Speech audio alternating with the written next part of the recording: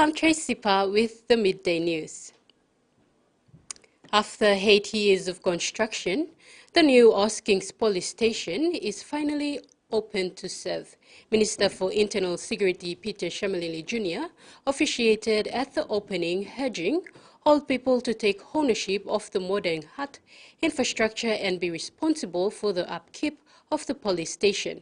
Minister Shamalili also mentioned that law and other issues in the province will be addressed amicably if all people make it their responsibility to work together. Nakanai MP Francis Manake appealed to all people to work with police and address the escalating lawlessness. Governor Sasindra Mutuvel encoded similar sentiments and thanked the government for the funding to complete the police station. Book Week 2023 took an exciting twist as Buklong Pikinini celebrated aspiration in two distinct professions, law and rugby, unveiling "When I grow up, I want to be a lawyer, and when I grow up, I want to be a rugby player." BBP orchestrated captivating experiences for young minds. In a remarkable celebration of youthful aspiration, Buklong Pikinini took Book Week 2023 to new heights, this time with a sporting twist and a captivating journey on the legal profession. In the legal arena, 10 children from BBP's Vabukori Library Learning Center explored Denton's lawyers during a field trip. Teza Kawi, a senior associate, engaged the children in an enlightening reading, discussion, legal attire, and cultivating in a delightful dress-up session. The event aligned with the Book Week theme, urging the children to ponder their future careers. Simultaneously, a dynamic group of BBP children ventured to Sir Hubert Murray Stadium for the rugby players' reader lunch. Ase Boas, a former SP Antus player, led an engaging reading alongside young John Maximus Rea. The kids dived into rugby with a pretend training session, guided by SP Antus players, encouraging a synergy of education and sports. Both readers enrich BBP's early childhood education program promoting healthy lifestyles. Through its library learning centers, BBP provides holistic early childhood education, fostering literacy, numeracy, digital skills, health awareness, and cultural understanding. In this dual celebration, aspiration took flight, bridging dreams and reality, with a captivating array of titles such as pilot, teacher, store manager, and more. BBP provides a holistic learning experience that traverses beyond traditional boundaries. Through the library learning centers established across the nation, children are invited to a world where literacy, numeracy, digital literacy, health awareness, and cultural understanding converge seamlessly. Hidden Valley Mine recently launched a bus service that will safely transport people from Tekadu village in the Bulolo district, Morobe province, through its mining area and into Bulolo and Wau Waria. The bus service was relaunched after a 7-year suspension, during which time mine operations near the bus route were considered to grade a safety risk to run the service. An agreement to mark this possible was signed by the mine's management, Tekadu Ward 20 member James Enos, Mineral Resource Authority mine licensing officer Getu Kawa, and Wau Rural LLG acting manager Wata Kua. Bernard Kavanamoro, manager for social performance and community affairs, explained that the bus service is solely for the impacted villages within the Tekadu Council Ward. Villagers will be issued identification cards that will allow them to board. The livelihood of more than 50,000 people in the Ijivitari district of Northern Province has been disrupted by the drought that hit the province in May of this year. The long dry season that continues to this day has dried up streams, rivers and destroyed food gardens. President of Tufi LLG, Luke Nunisa, said the people are struggling with access to clean water and food, and they need all the assistance they can get. This year started in May. Now, these 3 months, May, June, July, the effect is just beyond people's imaginations and knowledge and all that. It's very bad. So there's no water. There is no food. Until such time when the mangoes ripen, yes, we will have mangoes for fruits and all that. Fish, when it comes to this type of drought, fish is just abundant. That's okay. But if you get fish, you must eat with, food crops and whatever it is. But in 1997 experience, people will have it fish with dry coconut. But that is if the coconut's around. But this time the coconut's also going away because the heat is so much. Yeah. So that's how we're going through now. I did also report to them. It's always a protocol to bring the matter to the attention of the government. So I brought the matter to the attention of the government, provincial government, and to attention of the governor.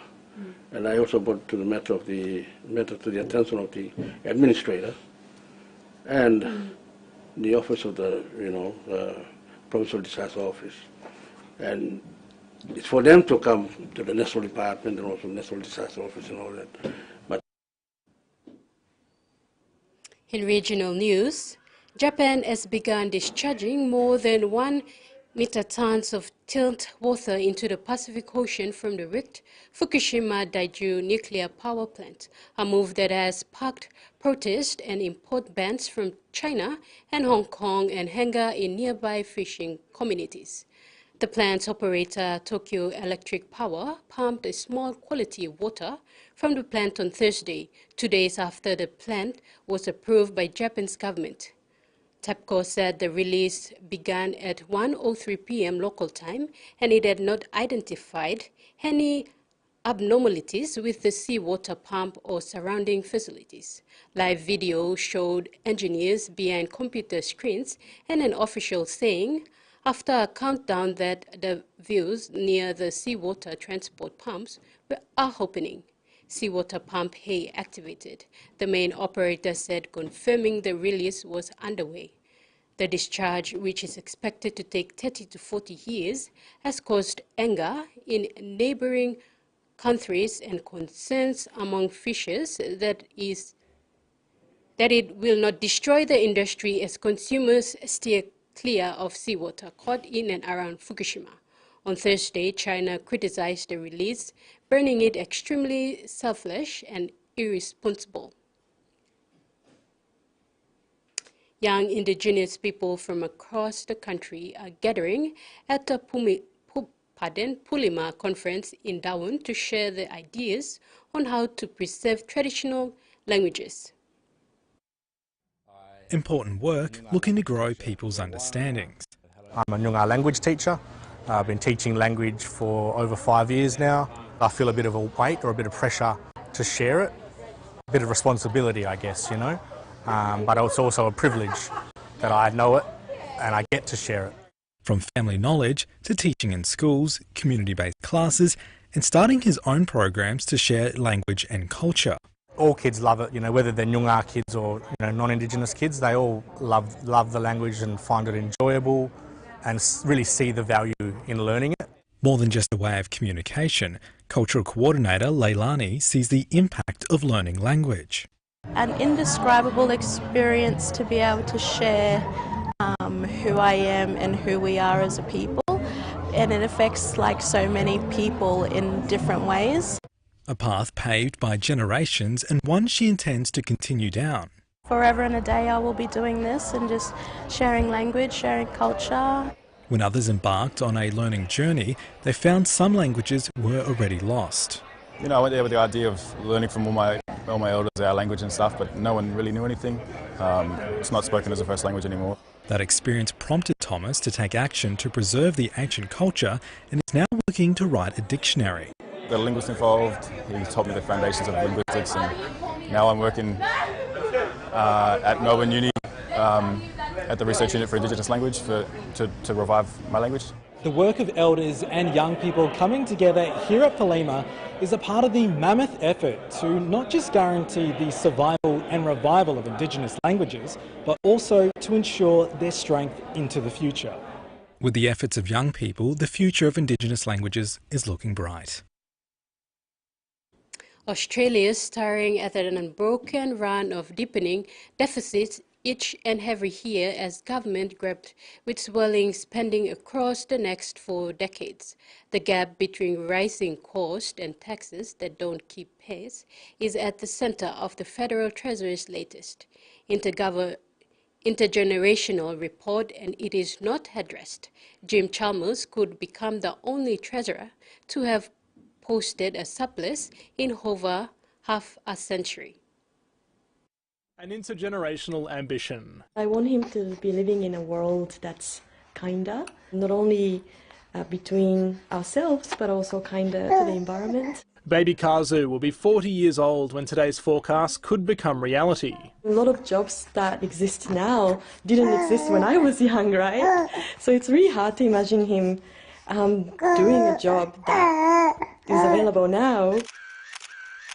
As our population ages, this will create some challenges as well. Challenges to our budget and challenges to growth. 40 years ago, Australia was a young country, with the bulk of the population aged 40 or under. 40 years from now, it'll be a different story, with far more older Australians and fewer younger people working to support them. Living longer comes at a cost. Healthcare spending is forecast to more than triple by 2060. Australia isn't just getting older, it's getting hotter, and a lot rests on how fast emissions can be cut. The IGR makes clear the costs that could come with rising temperatures, the impact on specific sectors like agriculture and tourism. Even if warming can be limited to 2 degrees or less, crop yields across the country will fall. At 3 degrees, it's a sharper drop. At more than 4 degrees, it's a rapid decline. Australia stands to lose, and lose much more than many other countries. One outcome is all but certain. Budget pressure is bound to build, with fewer younger people paying tax and more older people needing care. We are really asking the next generation to pay twice for that ageing population. This report rings the same alarms as the 5 before it. To maintain standards of living, the economy needs to be more productive and taxes should be updated. Forecasting's one thing, actually doing it is something different altogether. Jim Chalmers hints he's up for reform in his own time. We've made our tax reform priorities clear, and that journey's not finished yet. Big changes to look after the little things. Hopefully I will be happily retired, and if you let me, I want to be spending some time with you still. Yeah, maybe dinner once a week. This ends the midday news. Join us at 6 for more.